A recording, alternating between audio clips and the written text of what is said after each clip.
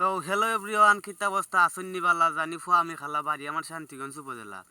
তো বিশেষ করে আমরা সিলেটি বাইবাদার ছাড়া আমার ভিডিওর কোয়ালিটির ভাষা সবে বুঝতে নাই। তো সব বাংলা ভাষা বলতে সব সিটাঙ্গি যে ভাষা, ঢাকাইয়া ভাষা, দিনাজপুরের ভাষা সব মিলেও বাংলা ভাষা, বরং সিলেটি ভাষা একটু ভিন্ন।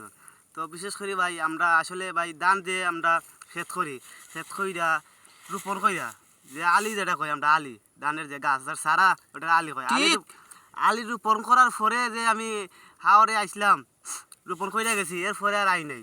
আবার পরে আজকে প্রথমে আউর আইছি পুরাটা 3 মাস পরে আইয়া দেখি আমরা ধান ফাইকা গেছে। তো দেখো ধান খুব সুন্দর হয়েছে। আর সিলেট তো আপনারা ভিডিও তো দেখতে পাচ্ছেন যে অনেক শিলাবৃষ্টি হয়েছে, অনেক শিলাবৃষ্টি হওয়ার পরেও আমরা ধানটা আল্লাহর রহমতে মোটামুটি ভালো রয়েছে দেখো করে ধানের ছড়া। তো বিশেষ করে আপনারা দোয়া করবা।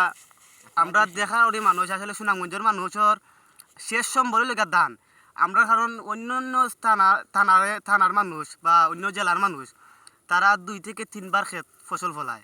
তো বিশেষ করে আমরা যে বাটি এলাকার সুনামগঞ্জি আমরাও বুড়ো ক্ষেত এক বেলাও খালি এখানটার ক্ষেত কইরা আমরা জীবনযাপন চলে। তো বিশেষ করে ধান আল্লাহর রহমতে ভালো হয়েছে, শিলাবৃষ্টিও নষ্ট করতে পারছে না, আল্লাহ মায়া করছেন আপনারে।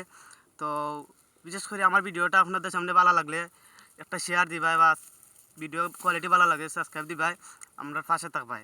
আসলে ধন্যবাদ ভাই।